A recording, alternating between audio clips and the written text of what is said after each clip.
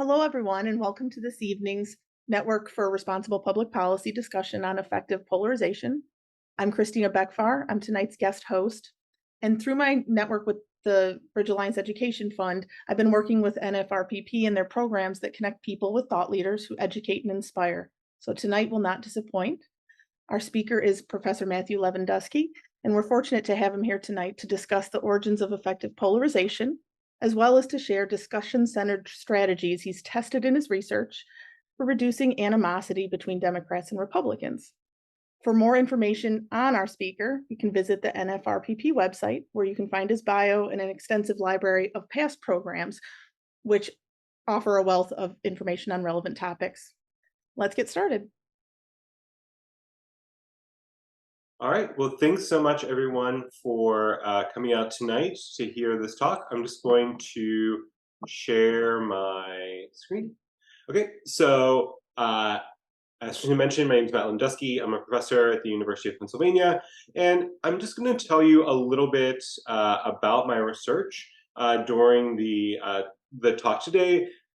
So what I'll do is I'll give you a little bit of an overview of some of the things that I talk about in my most recent book called Our Common Bonds, and I'll end with some strategies that are a bit more kind of practical advice of how to put some of those things into practice, and then we'll open it up for Q&A. So I always like to begin with this slide, which, while it's a little bit dated, I think it kind of gets at one of the core ideas of affective polarization that political scientists talk about, that Democrats and Republicans, as much as they might disagree on the issues, there's also a sense of personal animosity between them, right? So there's a lot of studies that I'm sure you've seen talked about in the news, showing that people don't want to have, be roommates with the other person, to work with the other people, be friends with them, to date them, right? Lots of things where Democrats and Republicans, right, don't even want to interact socially, right, because they don't think they have anything in common with the other side, right? And so this has both sort of apolitical consequences, but also a set of political consequences in terms of the way people vote for candidates, support democratic norms, right? Evaluate political leaders, right? So there's a host of reasons why political scientists have been concerned about this, and why the general public is as well. So in tonight's talk, I'm going to just kind of give an overview of some of the work that I've done about how we might think about trying to mitigate these sorts of things. So my argument that I develop in the book is that animus is partially rooted in misperceptions, right? Not completely, but partially rooted in misperceptions. So we have an inaccurate view of the other party, right? And that partially explains why we dislike them. So the strategy that I'm going to do is to try and work on correcting misperceptions, right? In order to try and reduce that amount of animosity that people have. And so the way I'm going to do that is I'm going to use what people have in common to try and help bridge that divide. Now, it's always important whenever I give these sorts of talks to note that this is really about reduction, not about elimination, right? So there's no magic bullet that's going to take this and make this all disappear, right? This is about tamping down on animosity, right? Not eliminating animosity. If I had a strategy for eliminating it, I would tell you it, but I don't think it exists. So in today's talk, what I'm going to do is just tell you a little bit about where animosity originates. Then we're going to talk about two strategies that I tested in the book. There's another one that I'm happy to talk about in the Q&A. And then we'll end, as I mentioned, with some practical advice before we open up to Q&A. Okay, so let's talk a little bit about where animosity originates, right? So it really is rooted in what social scientists call a social identity. And social identity is just kind of a fancy social scientific way of saying that when we identify with a party, right, so we think of ourselves as a Democrat or a Republican, right, that's sort of like joining a team, right? And so that you like the people who are on your team, which is your party, and you sort of dislike the people who are on the other team or the other party, right? Because you see them as being kind of in competition with you. But that's not really the whole story. I think you need to add two other things that are really important in this case. The first one is that politics, right, perhaps unsurprisingly, is a big part of this, right? We're in conflict with that other group, right? So that creates some kind of competition between the two sides, and it helps to kind of drive up those tensions. But another really important point is the media helps to exaggerate these exaggerate these perceptions, right? So why do we say that the media does this? Well, think about what both mass and social media do. So on mass media, we tend to focus on politics by focusing on conflict, right? So that can be either elite conflict, right? So we talk about the battle between Democrats and Republicans over funding Israel or funding Ukraine, right? We talk about the conflict between Joe Biden and Mitch McConnell, right? Maybe negotiating over some policy, right? Or if we talk to ordinary voters, right, we tend to interview people who are very engaged, right? Maybe kind of activists who are working to reelect President Biden, or people who are dedicated, Trump MAGA fans. Alternatively, if we go to social media, right, there's a great study by Pew where they showed that about 7 in 10 people really never want to talk about politics on social media, right? That they really, just sort of want to talk about friends, family, sports, hobbies. But almost everyone says that they encounter politics on social media. And why is that the case then, right? If most of us are sort of like, I really don't want to talk about this, right? Why does almost everyone, something like 9 in 10 people, report seeing it on social media?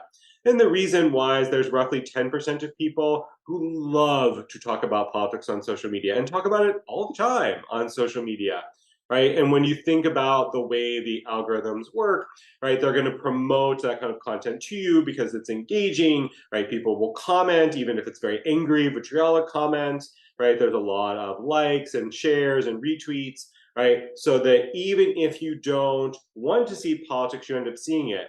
But think about the political content then that you're seeing, right? You're tending to see content that's quite extreme, right? And is often not very representative of what people think about, right? Or look like, and then what their attitudes look like.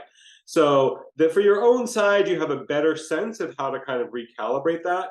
But for the other side, right, we tend not to know that as well, right? So that we might sort of think like, oh my goodness, look at these people, they have got all these crazy beliefs, right? And so it's harder for you to recalibrate that, right? So when you think about the fact that both kind of mass and social media, right, are pushing this kind of image of politics as being about the extremes, right? And in particular, you're going to be really influenced by the kind of side you don't know as well, right? Because you just have less information to kind of counterbalance it.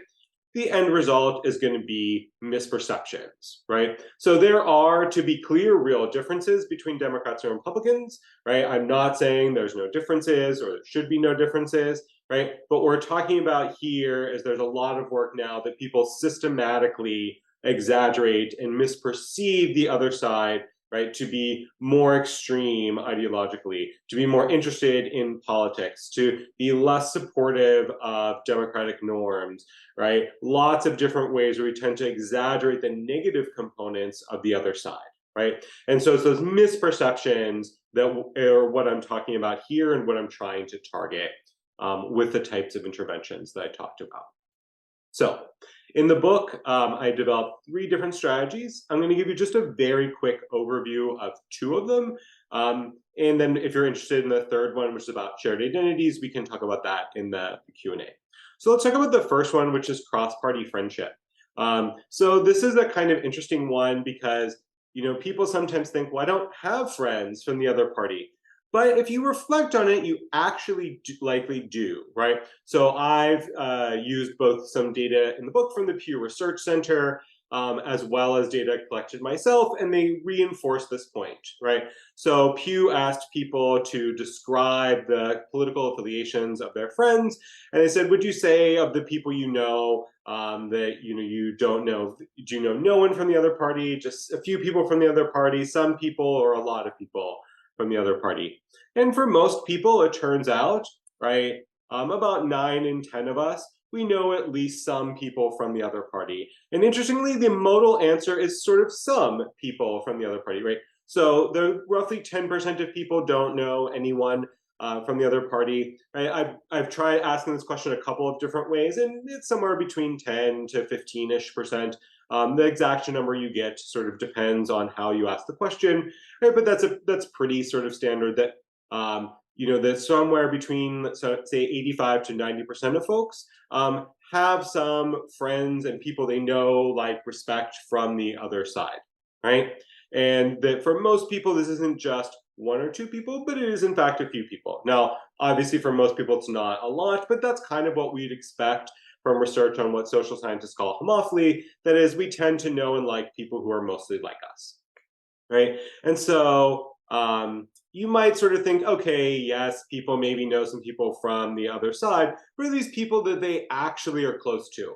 So in one of my studies, right, we asked people to, tell us about someone that they are friends with, or it could be a friend, family member, a coworker, right, just someone they know, like, and respect from the other party. And we asked them to describe that person and to describe their relationship with them, right? So I think there's two interesting things. One, I skipped over this graph, but it's discussed in the book, is that the modal person is actually a friend, which I was surprised by. I thought it might be a family member, right? Because the old adage, you can choose your friends, not your family. But actually the most common relationship is a friend, right? Followed by a family member, followed by coworker and neighbor, are sort of then roughly parallel, right? And it's not just that these are people who are friends that we know, but they're typically people we're actually pretty close to. So here we ask people, how close are you to the person that we asked you to describe? Would you say you're extremely close, very close, somewhat close, not too close, or not at all close? And you can see that the modal answer is very close, right? And that a majority of people, almost 60%, are extremely or very close. And once you add in the somewhat close, right, it's all but about 85% of folks, right? So that these really are, for a lot of us, there are at least one or two people that we might know, right, who we're close to, that we value that relationship. And so why does this matter? Well, it's about getting you to think differently about the other party, right? So what we did in the book was in the experiments that I designed, we asked people to think about this friend and why they like and respect them, right? Why, what kind of values they share in common. Right? And people actually wrote some, a lot of nice paragraphs about the person. And then we asked them about the other party. And we compare that to a group of people. So that's kind of our treatment, right? And the control group, for a baseline comparison, we asked people where they like to go on vacation, just because it takes roughly about the same length of time to write a sort of similar paragraph. And it turns out, right, we can compare those groups and see if thinking about this friend from the other party, right, made you think differently about the party as a whole, right? Because one possibility is that, because there's some psychological research that would suggest that, you might not generalize, actually. You might say, like, well, okay, they're one of the good ones, right? But the rest of them, yeah, I'm not so clear, and they're not so good, right? But you might also then generalize and say, like, okay, well, my friend, Mike is a Republican, he's a good guy, and even though we don't always agree, like, I can kind of see that he's a good person. So, Republicans, maybe they're not so crazy, right? And so I can think differently about the party as a whole. So we can ask whether it works, and there's a bunch of different tests in the book. I'm going to show you one of them. So one way social scientists assess animosity is we ask people to do what's called a trait rating exercise. So the trait rating is just, we ask people how well a set of adjectives describe the other party. And so here we're going to look and ask people how well the term honest describes the other party. And you can see here the black bars are going to be the control condition, right? So the people who just thought about where they'd like to go on vacation. And the gray bars are going to be the people who thought about someone that they know and respect from the other party. And you can see two important things, right? One, consistent with what I told you before about this being reduction, not elimination, right? The effect is relatively modest, but it's a real effect, right? So you can see here that people are markedly less likely to say honest describes them not at all well. and then a little bit less likely to say not too well, right? But then much more likely to say somewhat well, and then somewhat more likely to say very or extremely well, right? So you can think that after the people who think about someone they know, like, respect from the other side, right, they're going to give a more positive kind of assessment of this, right? So you can think about that thinking about that friend, right, is going to change your image of the party and reduce that misperception, right? So that's the first strategy. The second strategy is about having respectful cross-party discussions, right? And so why should that work? Well, discussion is going to give us a mechanism to reduce misperception, and it's going to work in sort of three and a half really sort of related ways. So the most obvious way is the discussion might bring out commonalities that people have, right? It might turn out that people say like, oh, I didn't realize that we both, agree about, that we need to do more to help struggling families, right? I didn't think we would share that in common. I didn't realize we both, think that women should be able to access abortion for the first, trimester, right? So things that you might not realize where you shared some common ground. But that's actually not the most important mechanism. The most important mechanism is what people either call perspective taking, which is its original name, but I prefer another word, which is perspective getting.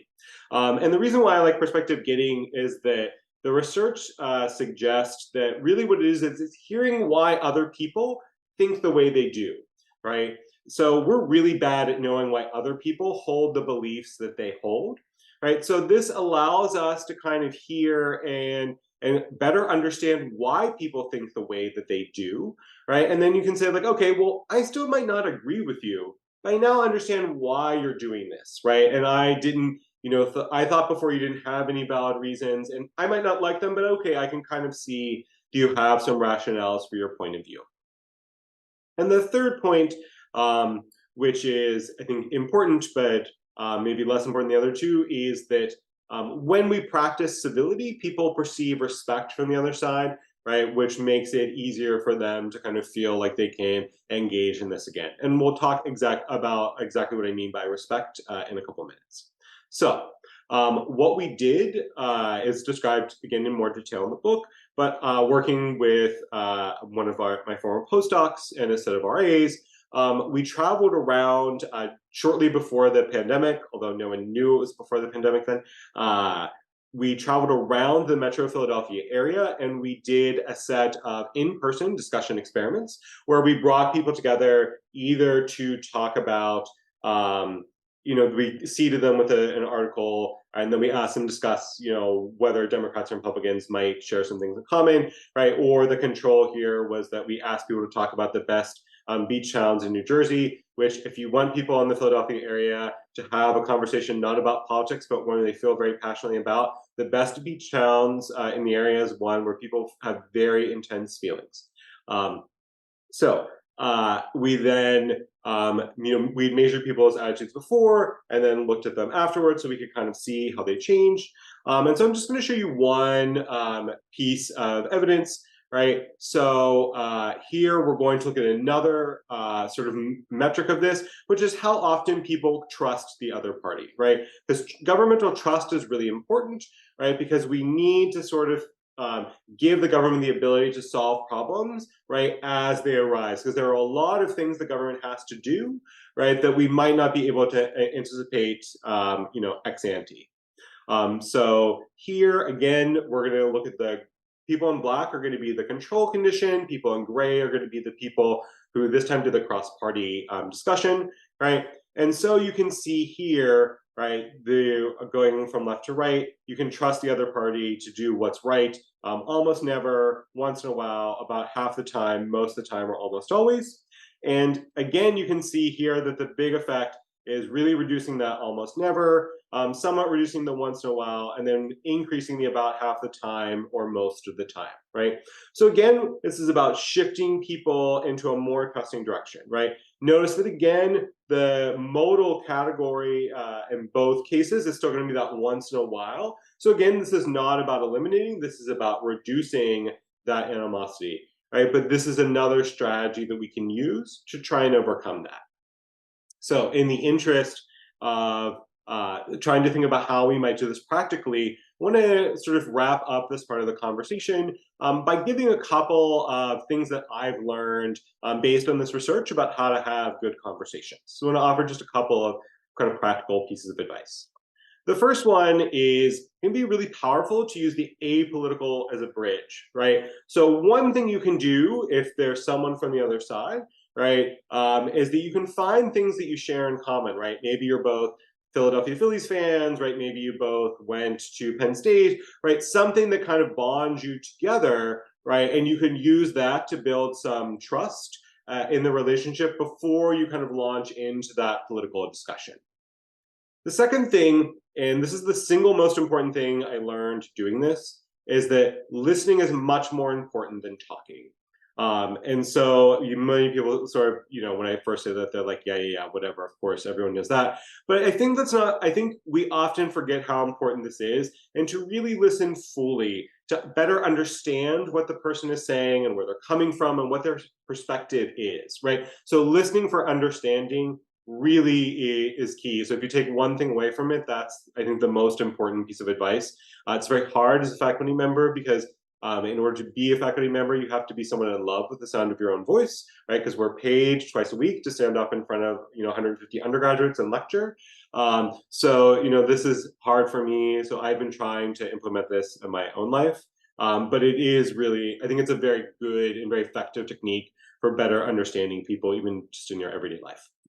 The third thing that I would say is practice civility within limits. So people sometimes think civility is like a synonym for politesse or manners. It's not, right? What civility means is that we respect other people's right to be part of a political conversation, right? So they have the right to make their own political decisions, and we're political equals, right? So what that means is that we respect everyone's right to be part of the conversation. We don't disparage other people. We don't sort of say that they're unqualified because of their, race, gender, class, gender identity, sexual orientation, etc. Right? So you go in assuming good faith with people, right? And if people maybe violate that, you push back somewhat. But if it becomes clear they're not engaging in good faith with you, then I think it's more productive to break it off rather than continue the conversation. So that's the within limits part. The penultimate piece of advice I'll give you is to ask probing questions. So the reason I say this is that imagine a Democrat and a Republican are going to engage in a conversation, and the Democrat starts off by saying, "Why won't you just admit that Trump lost and that this is all the stuff, the still stuff is just a sham," right? All that's going to do is set the other person's political priors are just going to pull up. I'm making like a defensive shield here with my hands, right? You're just going to retreat to your partisan bases. It's not going to be instructive.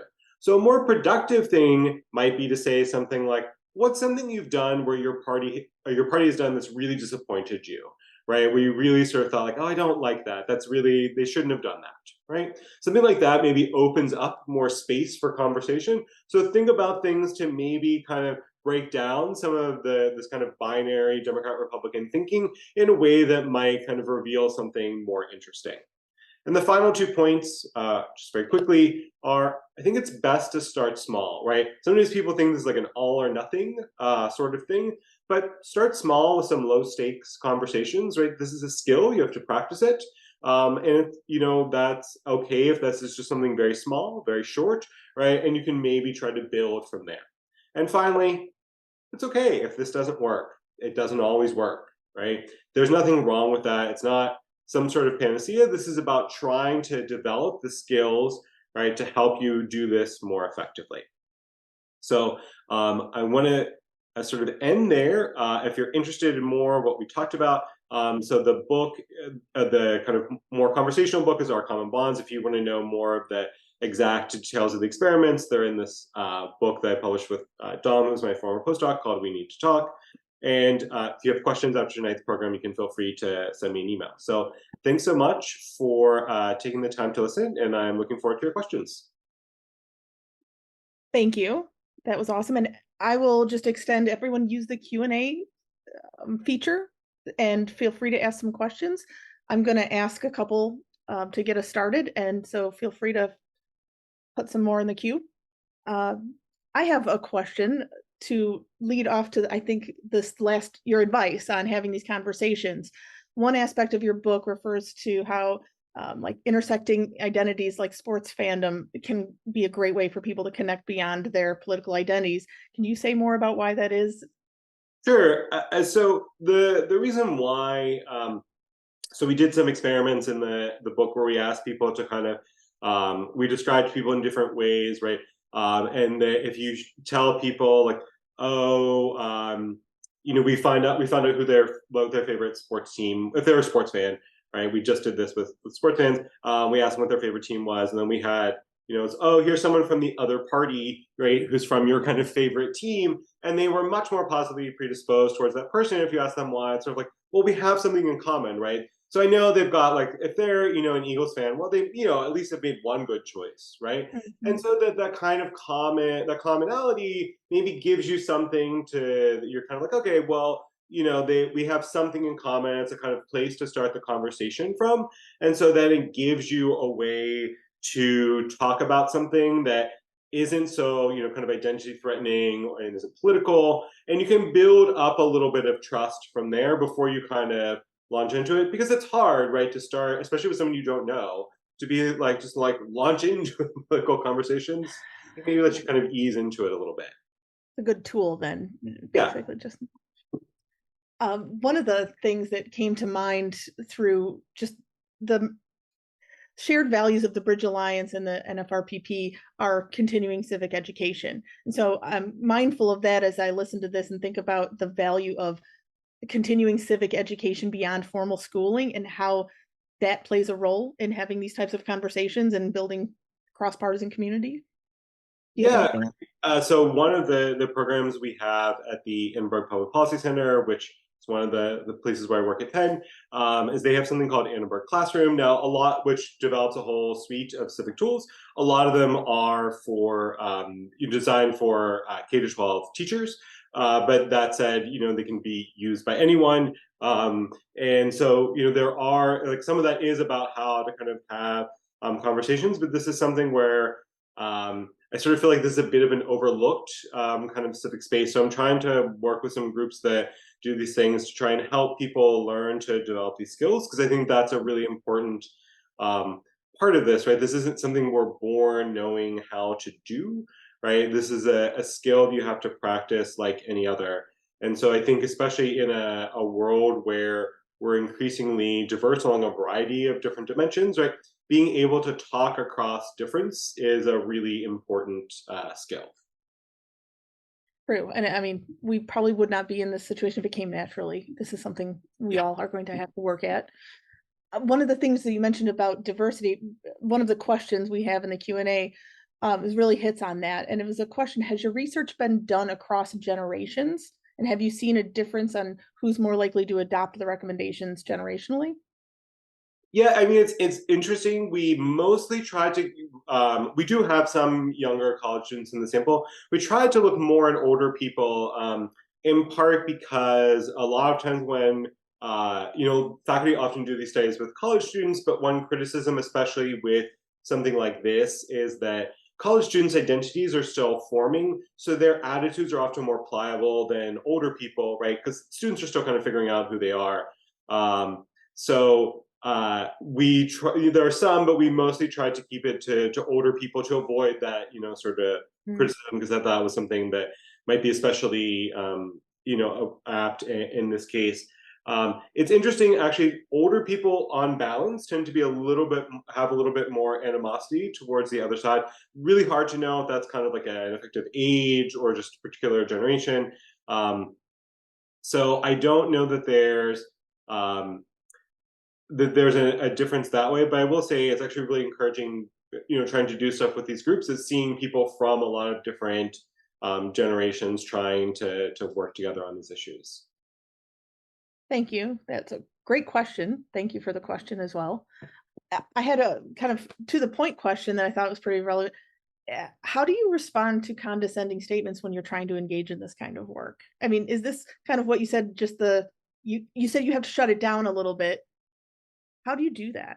Yeah, I mean, I think, what I've sort of seen when people kind of make these sort of statements, I so one of the ways this has come up is that, I've done a lot of these talks, and people sometimes, a number of them, someone has said something to the effect of like, well, this is great, but, my child is transgender and I'm not going to engage in a dialogue with a transphobe. And so I said, look, I hear you, I understand that, but the way I think about it is there's a lot of research that basically what it shows is that a really powerful tool for changing attitudes, even on very contentious issues like abortion or transgender rights, is kind of giving people a story. And so, again, not everyone's going to be comfortable doing this, but if you are saying something like, I want to explain a little bit about why this is so hurtful to me that you're engaging in this sort of rhetoric, because you're really demeaning my child and their experiences, and explaining the kinds of damage that inflicts on people. And I think if someone's making a demeaning statement, like you can like civility doesn't mean that you're not going to push back on them, right? You can do it respectfully, right? But sort of be like, that's not okay, right? Mhm. It's not okay to demean other people or demean their beliefs, right? That is part of it. And a lot of times what I found is when you, again, not with everyone, but a lot of times when you do that with people, they actually often become quite embarrassed. And they're kind of like, oh, yeah, like, I think people don't, like, sometimes people don't like being called out on their bad behavior. And if you call them out on it, then, a lot of people will listen more. And, if you try that a few times and the person continues to basically be a jerk, then I think you can just sort of say, like, you know what, I don't think this is a productive conversation. I think that your book is premised on the friends, right? These are supposedly friends that we're talking to, and so there's also the medium in which we're speaking to them, I think, is relevant, and sometimes it's just futile to have a conversation that's going to be a civil one over social media, and that's where it's probably more important. The setting for a one-on-one is probably not on a social media site. Yeah, no, I mean, this is something I get a lot is like, can you have better conversations on social media? And I mean, the best advice I can give you is to try and make them more like in-person conversations. Mhm. Unfortunately, social media is kind of designed to do things that are sort of inflammatory and like make these like short, very, sharp attacks. But the other thing I often say to people is that social media is just not real life, right? Like the stuff I see, I mean, even from people I'm friends with, people who are my colleagues, and look, I'm just like, this is like not reality, right? Yeah. So, I mean, I had friends in 2020 who were just absolutely convinced that Elizabeth Warren or Bernie Sanders were going to become the Democratic nominee. I was like, there's a like large constituency for people like Joe Biden, and they're just like, no, you're totally wrong. I mean, this might be it's full of people who are like this, and so just sort of like, okay, there's like an important difference like between Yeah. that and the world, right? It is true that even that lots of people use Facebook, and a smaller but still non-trivial set of folks use this is now called X, what most people normally call Twitter. But it's again, remember that most people are not there for a political discussion, so the kinds of political discussions you tend to see are often not very reflective of real life. And yeah, just because you don't see it doesn't mean it's not there. Yeah. I have a kind of a two-part question, and it says, I think recommendations are fine, both in themselves and necessary steps to discussion. But once having achieved the discussion, hopefully, how do we actually solve difficult problems? That's a big Yeah, no, question. that's the really hard part. So the way I think about these strategies is what you're trying to do is create a space for people to then be able to dialogue and work together and other things. So I don't view this as an end in and of itself. It's not like, oh, we have discussion and things are good, right? It's more like, okay, you can have a discussion to then learn how to sort of solve problems, right? And so the other piece of advice that I often give in these forums is that thinking about how to solve things on a local level is just much easier and much more tractable than the national level, right? So there's a term I really like from a political scientist, Eitan Hirsch, who says at the national level, we're all just hobbyists, right? Because we just have very little ability to kind of influence national level decisions, right? Unless you are, a Senate staffer or, someone who works for a major interest group, like it's just very hard, right? But at the local level, we can have a lot more say. And so I think thinking about how we can, solve things on a more practical local level and take local action can actually be like something that these kind of produce. More tangible, solving problems starting locally, which I think Yes. is kind of the consensus. That's where we have to go. Um, I I'm sorry, I'm just catching up on the Q&A real quick so I don't miss anybody. One of the questions is, how would you recommend taking politicized issues and taking them out of the realm of politics, issues that are inherent like climate change, women's health rights, voting rights, that have kind of become more politicized than maybe they inherently are? Is there, if that makes sense? That's a good question. Yeah, I think I might think about two different types of things. So one, that there's some really good work on climate change. That one of the things they found is that thinking about so they've done a lot of like a particular group that's really affected by climate change, like farmers, right? It's a group that leans very, tends on balance, skews Republican. If you ask them, they say, no, no, no, I don't believe in climate change. But they take a lot of steps, right, to mitigate kind of climate change, right? And so there's some interesting work that like you can, talk to them about solutions and things that you will do to fight climate change, right? And so at some level, right, it kind of doesn't matter if we believe, like climate change is, it's not like a matter of belief, right? But it's about kind of how do you take action to prevent these things, and so focus on the kinds of tangible actions, right? And I think this is, for better or worse, maybe one of the bright sides of this is thinking about, these things like more, we now just have a lot of empirical evidence, even if you don't believe that climate change is real. Like we have bigger storm surge, right? We had New York City flood because, we're now getting these stronger storms. They're going to dump more rain, right? So you can talk about things in this very practical way, right? It's not, it doesn't even need to be about climate change, right? It's about these more practical things, like how do we address these problems that we're already starting to observe.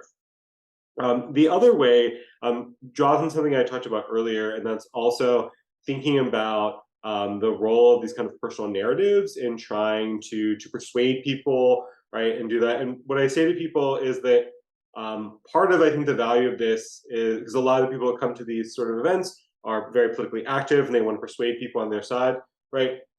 Having you understanding them and them understanding you is kind of a prerequisite to that. So that's where I think kind of a conversation, right, that's centered on the personal narrative can help people better understand that, to maybe figure out how they can find some of those commonalities.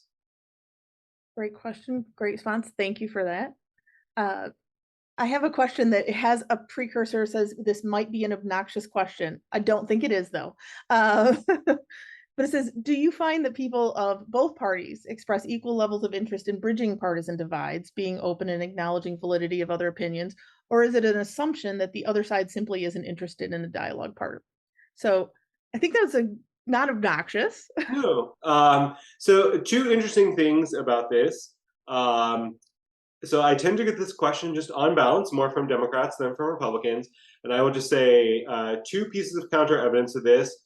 Very consistently across a lot of surveys, Democrats tend to have more animosity towards Republicans than the reverse. It's a huge gap, but it's definitely there.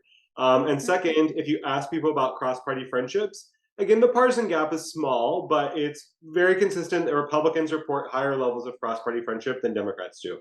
Now, obviously, they can't really be true, right? Because they have to balance out. But I think it's that Republicans are probably more aware of it than Democrats are. So, I think we often, this gets back to that point about misperceptions, that we tend to assume that, well, my side is totally reasonable, like, but no, yeah. So it's another, I think, one of those cases where I think both sides tend to misperceive this, and there's pretty good evidence on a lot, like misperceptions sort of become this cottage industry in the last 4 or 5 years, and kind of political science, psychology, sociology, and just there's a lot of studies now showing that both parties tend to fall prey to this. Yeah, I think the polarization part also comes up in the next question is pretty on point with, I guess, the verbiage that you use when you have this, the choice in the words that you use. Somebody said, it's notable that when we talk about abortion, the some folks are interpreted as killing babies, other are talking about women's health care. And how do we, maybe move the conversation away from the word abortion? And if that is something that personal one-on-one conversations might be able to tackle, or if that's, I think it's a good question.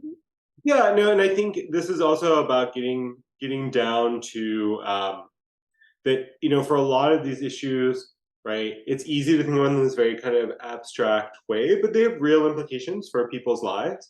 And I think that can be a way of kind of like really sort of seeing, what's at stake. And, this is something that like really is always going to hit home for me, because when I was in grad school, I did this, sort of, I went to Stanford, and even back then it turned out to be way too expensive to live in Palo Alto if you were a grad student. So I did this kind of like side consulting work. And I remember like doing this thing about kind of like the unemployment, like inflation trade-off, which is very like, social science thing. And someone, I just remember someone standing up and saying like, well, don't forget when we talk about these things about increasing unemployment to fight inflation, what you're talking about is that a bunch of families are going to go hungry, and that people aren't going to be able to pay their rent. And this is like, to think that these are real things that have real consequences for real people, and that's kind of stuck with me, right? That these are like not just abstract decisions, but these are things that affect real people's lives in real ways. That kind of comes back to, I think, what you were saying about stories and sharing the personal impact in the discussion. That's probably the best way we can move that forward, because we're not going to get, I don't think, elite messengers to change their word choice in the Yeah, news. if I had, as I often tell people, if I had some strategy for like, fixing Congress, like I wouldn't like hide it away like for another book. I would just tell you. Yeah. But I think that a lot of people have tried a lot of things and it doesn't work. So I So we don't just gotta know better. do what we can locally in person. Yeah. Um, somebody, I don't know how deep this goes into, or your research goes into this, but empathy. Somebody made a comment. Empathy is essential to establish trust in relationship, and can we teach that? Can we teach empathy when it? And I guess I'm thinking of that question in terms of like civic education, I suppose. I don't know if that makes sense, but Yeah, no, and I think that's part of kind of like the way in which you kind of think about, and that's why I think those things like perspective taking is effectively right. It's kind of a dimension of empathy, because it's about understanding other people's point of view, and that's partly why I think it's very powerful, because we tend to assume that people don't have good reasons for their arguments, and this can kind of shows you that no, they actually do have reasons for why they Mhm. believe what they believe. um, I think that somebody asked another question about, somebody had asked previously about generationally. Is there any other kind of demographic differences that you noted in your research by either race, ethnicity, or gender? The one that we see, so there's not different what we would, as social scientists, call treatment effects, right? So Mhm. that tends to work basically the same for everyone, right? As far as we can tell, from these studies. But one of the interesting ones, sorry guys, is that men tend to be less willing to do this than women do. Women tend to be more open to dialogue, right? And there's maybe some psychological work about kind of gender differences and like openness to conversation and stuff that maybe play into that, but that is the only real kind of notable the sort of demographic difference that we tend to find. Thank you. I do have I have another question that I wanted to bring up, because NFRPP likes to ask, and I don't want to miss the opportunity here. Something to leave the audience with that they can take action on and apply. So one of the things that I know that Director Rhoda and I spoke about was um, kind of needing some advice on accessing information that doesn't feed into partisan reinforcement. Do you have any recommendations for that that maybe our audience can take away to help them through this? I think I'd maybe say two things, right? So one is I think it's good to think about information from lots of different sources, right? And I think a big advantage of everything being online now is it's so easy to consume a lot of different sources. And sometimes I actually find it really helpful to consume some non-US sources, right? Because they just Mm. take a somewhat different perspective. So one of my favorite newspapers is the FT, which is a British newspaper. And so I really like reading their stories about America because they just come with a somewhat different lens. in a way because they're sort of outsiders, so they just see things a little bit differently in a way that I find useful. And the second thing I would say is that be an informed and a critical but not cynical consumer of news. And so think about, how to, look up and cross-check things that you find online, to, look at, the great fact-checking that's done by, factcheck.org or PolitiFact or these other groups, right? And to go to find, if you see something, look at, like, there's now, with libraries have so many great subscriptions to different databases, and so to really kind of look up a lot of the information from, academic, foundation, government reports, so that you can kind of try to, evaluate this evidence as much as you can on your own. I think it's interesting. I just had another question pop up, and it made me think as you're saying that, like, okay, we're doing this education, we're trying to understand different perspectives and different sides. If somebody comes up in this conversation and has a, they're diametrically opposed to your viewpoint, is the way they said it, whether the facts are aligned or not, what's your advice on, this is a great practical question, should one agree with what they say to appease them and not get into a disagreement? It's kind of a practical question on, okay, if I'm getting into this and it's actually not threatening, like it's not shut it down threatening, but like, how do you go about that? Is this a skill, like you're saying, that you have to kind of feel it out? Yeah, I think they would fill it up, but I think can be a good place to be like, that's really interesting. So tell me why you feel that way. Like, what is it that leads you to kind of hold that belief? And I think sometimes you can nudge them to kind of ask questions, because it turns out, like, there's some work that shows that people tend not to, don't always, they think they know more than they do, right? And so if you can sometimes kind of push around the edges of their own knowledge, maybe people think, yeah, maybe I don't understand that as well as I thought. And so that might, kind of like, that might make them maybe a little bit more open towards this. So I think maybe rather than just agreeing with them, right? And if it's just belaboring a point, sometimes it's just easier to, move on. Sure. But I think that can be a way of kind of asking, kind of probing questions, like, oh, I want to know more, like, why do you think that way, or what's the evidence for that, right? That can kind of maybe help, spark maybe a more interesting type of conversation. Thank you for that. Do you have any, like, last insights you would like to share with us before we close? I think we covered most of them. These were great, really practical questions. Well, thank you. I agree. Well, thank you for your time and your insights.